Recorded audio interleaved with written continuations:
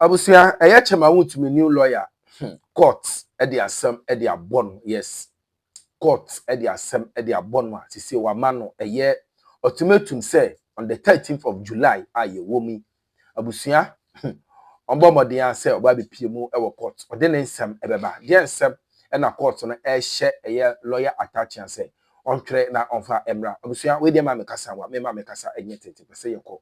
Na yiti ensem no mu ankasa enkyere mu ensem a court e kan ene ensem a lawyer attachia abusu ono so e de aba abote ene eye enkofo so adwenkyere a omode aba a efa eye sansem we hu a cheseni na akoye eye sama boy eye illegal mining na ekoso abra eye chema Wontumi ekopie mu wo a odi ne dwuma ho yenko na yenti enkomo a aba na se wi a omode anse be che ya adwen e wo eye comment section ha eda so aye be media gh eda se the application for the extension of time by the lawyers of Chairman Wontumi that has been granted. The request to defer judgment in the Samurai Boy case.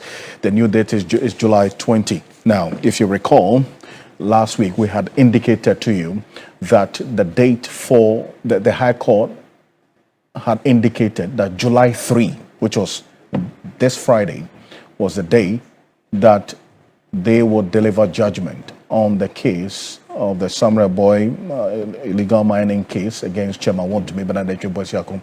Well, he changed his lawyers, as we do know. Samuel Atachia is lead counsel now. He later applied to defer judgment because he had just taken over the case and wanted some time to study all what had happened. Well, earlier today, that request or application was granted, and the defense lawyers have been giving up to 13th of July to file their submission. Samuel Atachia speaking to journalists after the court's decision earlier today. Take a look. Well, we wanted the judge to defer the judgment, which was initially slated for the 3rd of July. And on the basis that I've come in, I need to fetch the entire array of documents before the court, study them critically, and then write a credible address to show that an accused person is entitled to a lawyer. And the climax of this whole matter is that a lawyer should put together the summation of the case and show that his client is innocent and that the prosecution has not proven the case beyond reasonable doubt. I think the judge saw eye to eye with us and gave us 2 weeks to put together the written address, and then on the 20th she might hand down the decision. So we are going to study the record of proceedings religiously, and if there are any things that we have to do, we'll do it right before we come back to filing the process. So we have been given some space to work, and we'll do our best. Thank you. Can you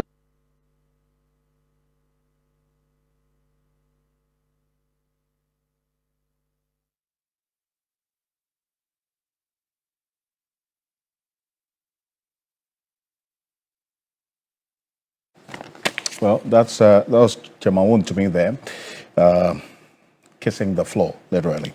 And also his lawyer speaking to journalists after that court decision. July 20 now is the date to watch. Now, not July 3, but let's go on to Zoom now. And Martin Pebo is private legal practitioner. Counsel, good evening. Thank you for joining us. First of all, I want to find out from you if you were surprised by the state's opposition to the request for adjournment of this particular judgment on the Samurai Boy case by Chairman Wontumi's lawyers. I wasn't surprised. Like I've said before, I wasn't surprised because, you see, the context is that Wontumi and his people, the MPP, had been trolling AG that Ora is dead. Ora is dead. Ora Yamutu. Ora Yamutu. Ora Ogbo. If my gun would permit me. In various languages, you hear it. And various things. So, with that, it was normal for the AG to oppose the request for adjournment because you can't shy away from the fact that there is high suspicion that the change of lawyers from Apia Kubi to Senior Tachia was a ploy to delay the case. So with that cloud of heavy suspicion around the change in lawyers, I mean, it was to be expected that the AG would oppose the request for extension.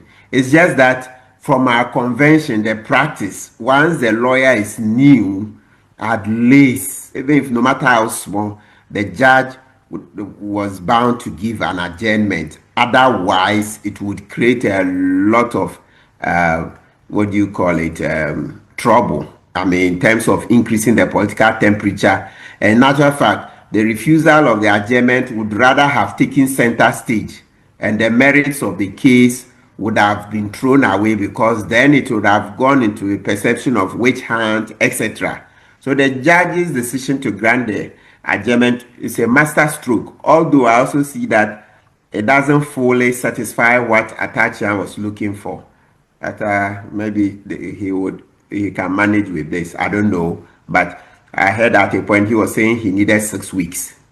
But I mean, if this is what he got to the court, he got from the court. Yeah. Let's see how he's able to work within that period. Well, so you're right. That 6 weeks request was not granted, as far as we know, and it's just about technically what we're saying now, maybe some 17 days, because between July 3rd and 20th. But let's focus on the decision now, and based on how things played out in court today.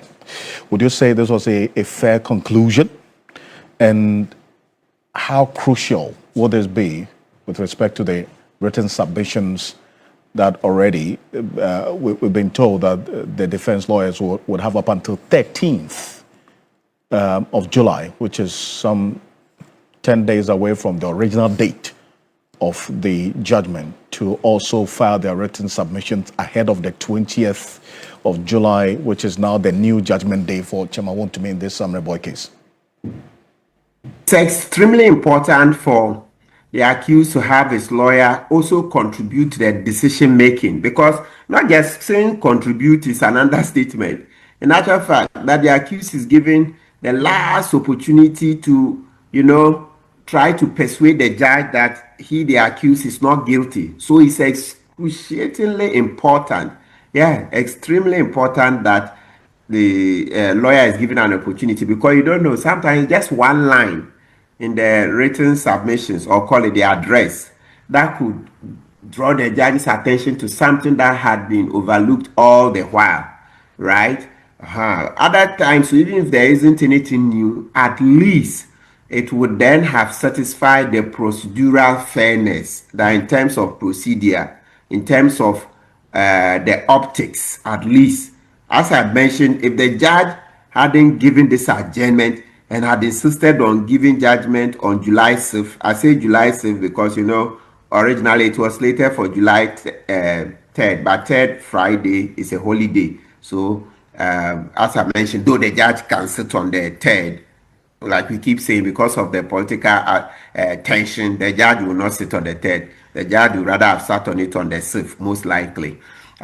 So, looking at it, if the judge hadn't granted this adjournment, no. The judgment would have suffered a lot of legitimacy deficit. Yes, because they would have kept saying, no, it's a witch hunt. Ghana is not coming to an end. So why was the judge rushing, etc.? You remember in October 2024, you remember the Afenyo marking case? One of the cases that is suspected to be the reasons behind the removal of Justice Tokonu. That I say suspicion because on the face of it, that was one of the formal reasons tabled. But a lot of analysts think the way Justice Tokonu was too much in a hurry, that contributed to a removal. So in the same way, if this judge had gone ahead to insist and deliver judgment on 6th July, it would have suffered the same fate. This time from the MPP, they would have made a lot of noise. Why are you rushing? Why are you rushing? This. So the judge is done well by granting the adjournment. It helps to save our democracy unnecessary tension. And you earlier indicated that from what you said, this change of the lawyers by Chairman Wontumi, from what you said, was a delay tactic.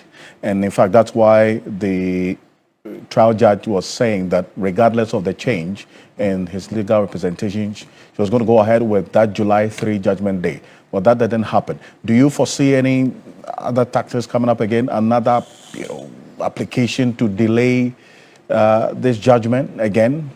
As you know, some of you lawyers do. You're very specialized in knowing how to delay cases.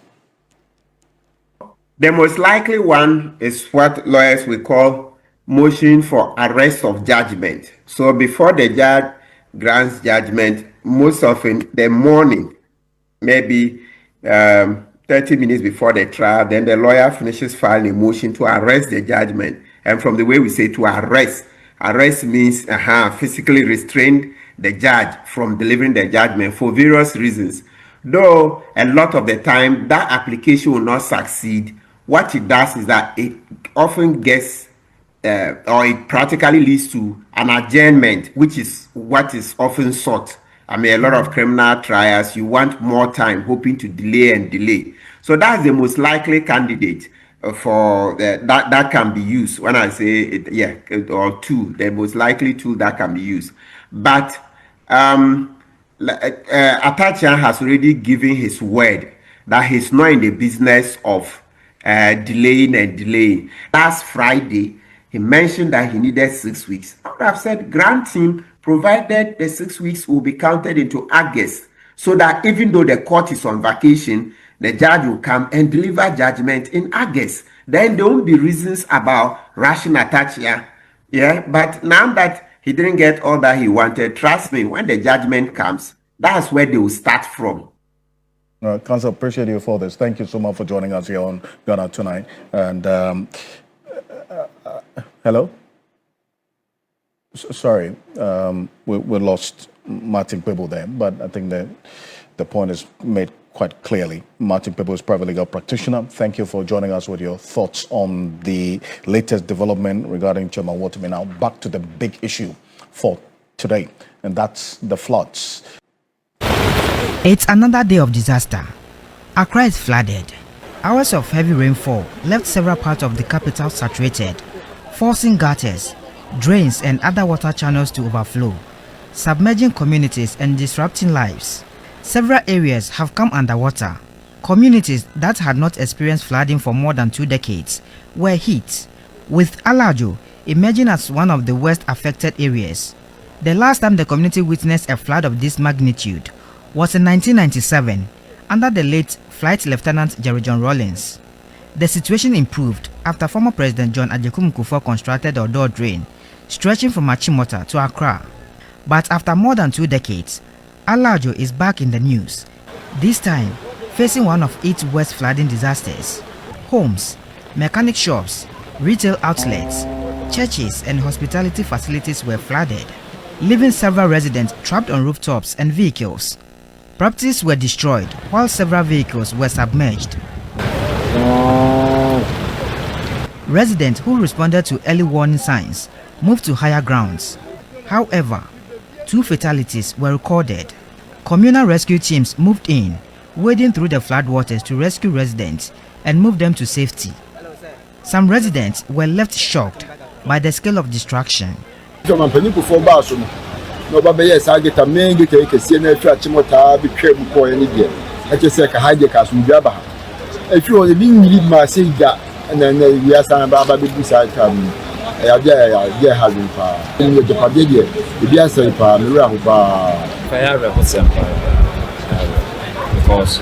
amount for Japadie, normally we stores in a actual amount for. Let's say the impact extended to Caprice, where hotels, homes, chapels and motorcycle shops were flooded. Here, the 4-lane dual carriage road was completely submerged, bringing vehicular movement to a halt. Commuters who were stranded midway through their journeys abandoned vehicles and continued on foot. But due to the strong currents, communal rescue teams had to intervene. More than 200 people were rescued. Several homes in Aveno were also flooded, leaving hundreds displaced. The situation remains severe. Later, personnel from the Ghana National Fire Service and NADMO joined the communal rescue teams to support the evacuation efforts. At the Kwame Nkrumah Circle Enclave, traders, motorists and shop owners counted their losses as the area was also affected. The pedestrian shopping mall area stretching to the Odona market was submerged following the overflow of the Odo River. While residents battled the flood situation, fire also swept through shops containing rubber products at the Odona market. For hours, the fire spread to other parts of the market as firefighters struggled to access the area due to the floodwaters. The Ghana Meteorological Agency has warned of more rainfall this year, but many residents have blamed the flooding on human activities and are calling on authorities to take urgent steps to address drainage challenges. As Accra counts the cost of the... Well, what you just saw there is from Alajo, the impact there, and then also the Kwame Nkrumah interchange, the vehicle station there. And that's all of those places have been submerged under the flood waters. And vehicles, we understand, according to some transport operators or transport unions, some stations, that's vehicle stations that we know, a number of you will tomorrow be going to get vehicles to your various destinations, maybe without the adequate number of vehicles to transport people. For instance, the Odona, where we just showed you, we're going to show you the Odona transport, the vehicle station at Odona, where the floods affected a number of the vehicles there.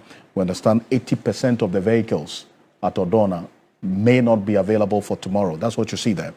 A number of the vehicles affected by the floods earlier today, 80% may not be available. We also understand that Malam, for instance, will have 90% of the vehicles at the Malam station will not be available because of the floods that affected them. Also, Kaneshi, 40% of the vehicles may not be available for commuters. So that's how troubling this particular situation is as we speak, and it's not looking good at all.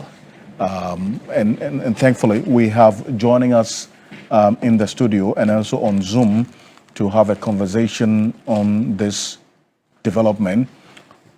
Dr. Ignatius Kweku Williams is Deputy Director General Operations at the Ghana Meteorological Agency. Also, Alhaj Mohammed, Engineer Mohammed Abdullahi is also joining us. He is an engineer. Also joining us in the studio is Edio 2 Alex Kinate, Edio 1 Alex Kinate. He is with the Ghana National Fire Service Public Relations Department. This gentleman, good evening. Thank you for joining us. First off, let me welcome those on Zoom.